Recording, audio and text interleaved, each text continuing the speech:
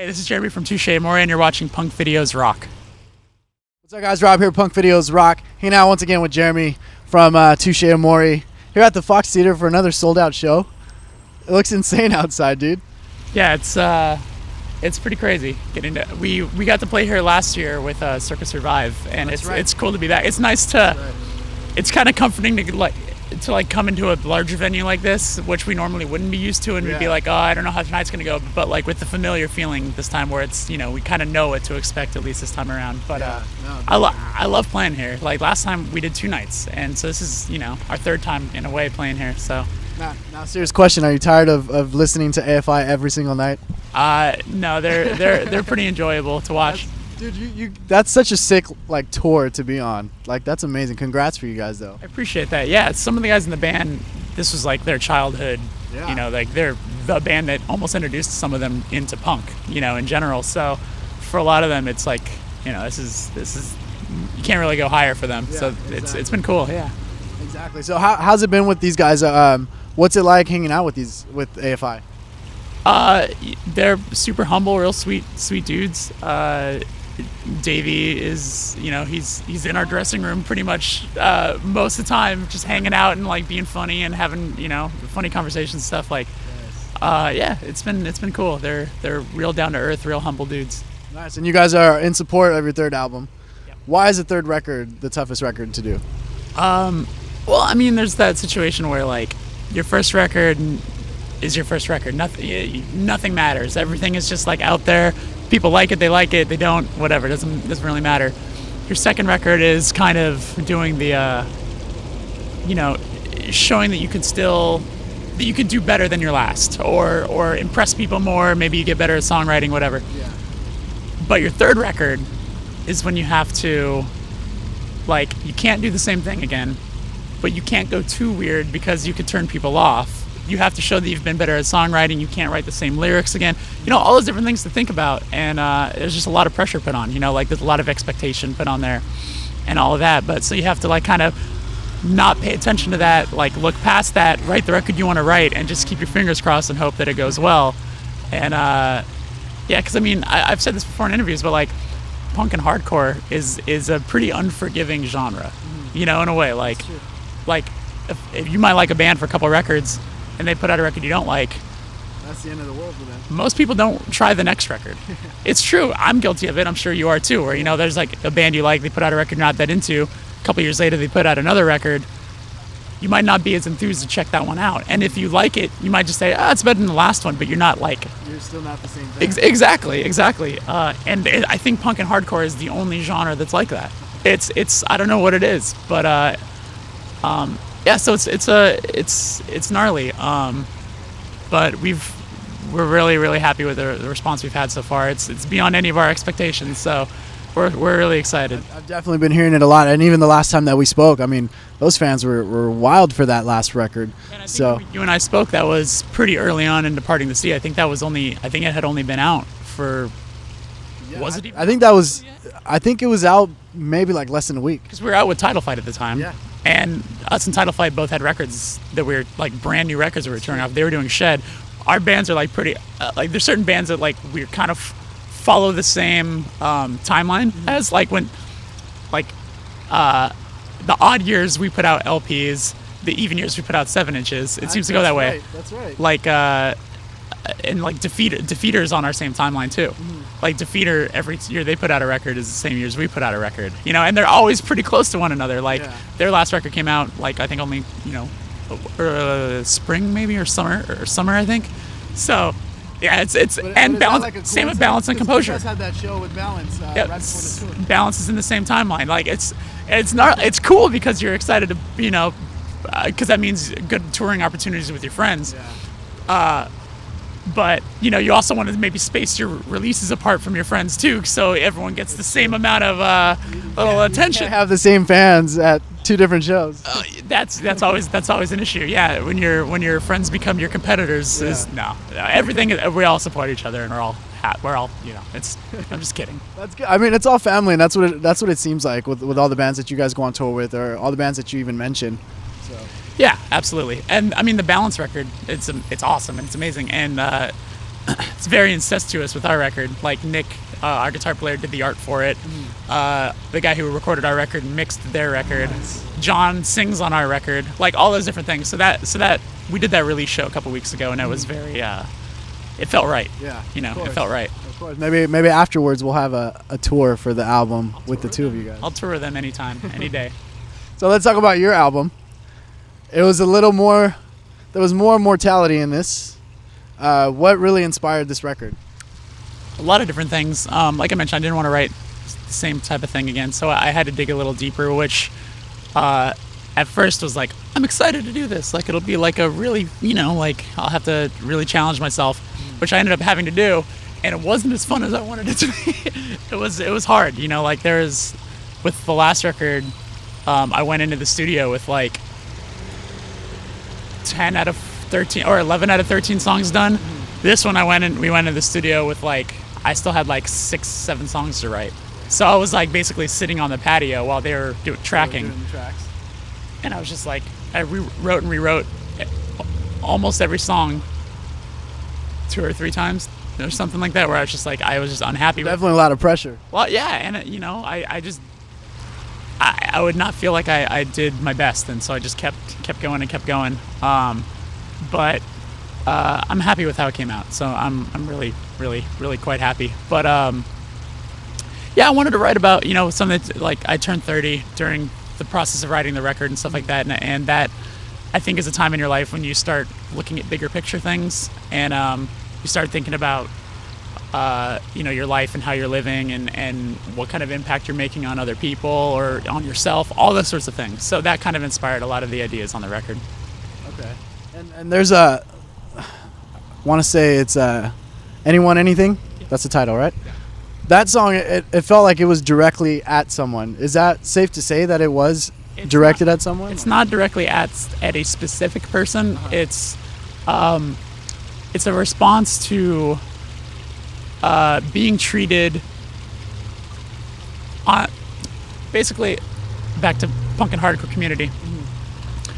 It was written out of frustration with, I've grown up in this scene, like I've been going to punk and hardcore shows since I was a teenager. Yeah. I found hardcore when I was like 17, and I'm 30 now, so I've been around, and I've veteran for sure. And there's friends that I've had since those days that now when I'm home from tour, I'll go to a show, and I don't know what upsets me more, whether it's those people or someone that I don't know at all will be like, man, I'm surprised you're here. Why?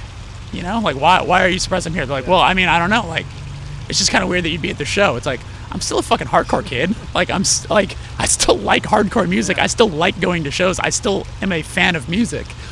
So, and then, people make up assumptions about you and whatever. So it's just sort of like don't put words in my mouth. Like, this is the world that I belong in, and you're kicking me out of my own comfortable skin. Yeah. So that's kind of it was one of the angrier songs out, as opposed to, a more personal inward song. Yeah, of course. And even when writing stuff like that, I mean, do you think twice about it before you release something like that, where it's like you're gonna let it all out? There's moments where I'll think like, do I want to do this? And there's been times I've maybe rethought a certain idea. But I mentioned in the second song, the reason, if I'm picking up the microphone and we're writing a song and I'm gonna yell about a topic, I don't want to sugarcoat anything. I want to give if someone is gonna give me if someone's gonna give their time to me, I want to be as open and honest and direct as possible to them, so I'm not wasting anyone's time. That's the way I kind of look at it. That's good. But even going back to you being in a scene and someone being like, I can't believe you're here. When I first mentioned to you earlier this year about doing an interview, I was actually looking at your Twitter and how you were still working and stuff like that.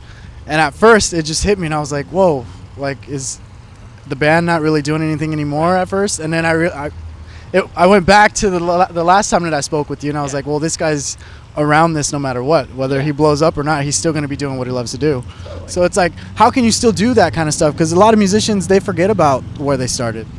I think it comes down to, and also, just, I mean, even to preface that, like, with having those kind of things said to me, or you know, like, I can't believe you're here and something like that. I don't even understand it. Like, it doesn't register in my head. I'm just like, I'm just a dude. Like, all of us are just dudes, you know, like, we're not better than anybody and nothing. Like, that's the most important thing I'd ever want to get across. But I love working at a record store. Like, I worked at a record store, that store that I'm at, I'm not at now because I'm on tour, but I'll be back there over the holidays until February or something.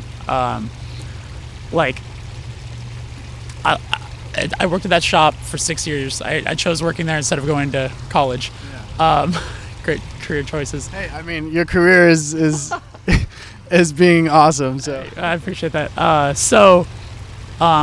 You know, we were home most of this year because we had the new record, and then you have to wait for the new record to come out, and we've toured so much, we're like, we need downtime and whatever. So, it was, I hit up one of my best friends who's still the co-owner of the place and was like, I'd love to come back here and, like, kind of revamp the vinyl section and stuff, and he was super in. So I was there a lot of this year. I booked some in-stores. Like, I had, like, Tiger Shaw played there, and John from Balance Composure played there. I figured all these shows that were happening there were because of you. Yeah. I mean, like, I saw friends were coming to town, and I'd be like, yo, you should totally play the record shop. So I love that, you know, like, this, I look at it like, I mean, with doing the label, working at this shop, all this stuff, like, this scene in this world has given me so much, like, without even thinking about it, my reaction is like, I just want to give out and give back as much as I can because it's fun, you know, like, it's the most important thing to me. So, I mean, you live and you breathe and you know everything, music. So.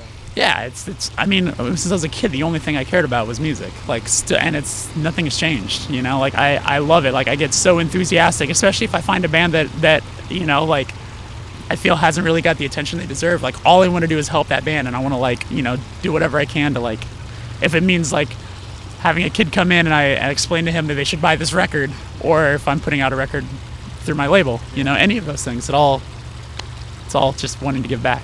Now, speaking of bands that, you know, aren't getting the support that they deserve, personally, I think your band, Touche Amore, is amazing, you know, and you guys are doing great, but I feel like you guys should be doing a lot more than that. So how does that feel being in a band like that, where you continue to hear all this positive, you know, feedback, but it's like, I mean, I don't know, maybe it feels like you're already up there, but you're still doing all the local stuff, so, which is awesome at the same time. To be completely honest, like, in my eyes, we hit our peak like, I've said this before too, like, I never thought I would see New York City. I've been there, you know, like, London, like, I've been places that a kid like me would never have normally been able to go to, but I have now, like, and I have friends in these places, you know, like, I've been able to play and tour with my favorite bands. I'm on my favorite label. I have seen the world. I got to go to Japan earlier this year, which is a place, like, Japan was like, yeah, we'll never see Japan. Like, we might get to go to Germany and then Australia, and that would be mind-blowing, and it has been, but, like, there's no fucking way we'll ever see Japan. And we got to go to Japan, and our record just got released in Japan on a Japan imprint label. So, like, so maybe it's happening. Everything is just extra credit at this point, you know. Like, I'm so happy and thrilled with everything that's happened that, like, in my eyes, we made it a long time ago, and I've also said, like, if we broke up after the show tonight, I would not be fazed at all. I'd be like, we got to do cool shit, and I lived the dream that I always wanted. So, like, if things get bigger, whatever, like, it doesn't register with me because I'm already stoked, you know. Like, I'm already stoked. Like, I don't know, if you ask me, like, what's the next thing you'd like to do, we will never be on the radio. Like, we're not a radio band, so and that doesn't really thrill me anyway. I couldn't tell you. I like riding in a van. I don't really like. I noticed the van out there. Is that yours still? Yeah. Like, we rode it. We got to ride in a bus. We got to do a first bus tour in Europe with Converge last winter. I don't think buses are for me. I don't like them. It's weird. Comfortable. When in a van, you get to, like, you know, go out and see the city and walk around and you're in control of your own self. But, like, bus, like, you're on the bus's schedule, and, like, you go to sleep and you wake up and you're at the venue. That part's cool, but, like, you can't really go explore. You can't go do things. So, like, I mean, I don't hate it, but I like a van. I like a van. It works out. Now, speaking of music, also you were doing another band, Hesitation Wound. Is that still going on, or what's the update on? Yeah, Hesitation Wounds was the second band that we just did on on my own label because felt right. We're playing with American Nightmare at Chain Reaction on December 13th, which will be, if anyone goes, bring me a Red Bull maybe, because I fly in from Europe. I fly in from Europe at 4:30 p.m. that day, and then I'm getting picked up and driven to Chain Reaction to play probably like 3 hours later. So I'm gonna be in a world of shit, but I'm really excited about it. Like what you do for music. Yeah, I love American Nightmare so much, and I really want, and because they're playing 2 nights there, playing the 12th and the 13th. When I saw the 12th got announced, I was like, it's the last day of our Europe tour. Like, there's no way I'll be able to go to that. And then they announced the second day, and my buddy who books them, Matt Pike, he basically dared. He was like, you won't, like, about playing. So I was like, all right, so we're doing it. All the other guys in the band are all flying in, so I'm excited. Yeah, no band practice, just just going for it. I definitely want to catch that. So what's next for you guys for Touche Amore after this? You're going to Europe, and then what else? That's it for now. This tour ends in like a week and a half, and then we'll go home for about a week, and then we go to Europe and do a headlining tour with Self Defense Family and Dad Punchers, which is Elliot's other band. Okay. But it's going to be Touche Amore as Dad Punchers because it's Elliot, Clayton, and Nick all playing with him. Nice. Like, so it'll be cool. Yeah, I'm excited to see how that goes. Nice. Any shows of that here? I mean, Dad Punchers plays pretty often, but not. He actually has like a lineup here, but like to make it work in Europe, yeah, it's going to be like TA as Dad Punchers. I wish I could go to Europe. I want to see that. Come on over. I definitely will. I'll hide in the van or something.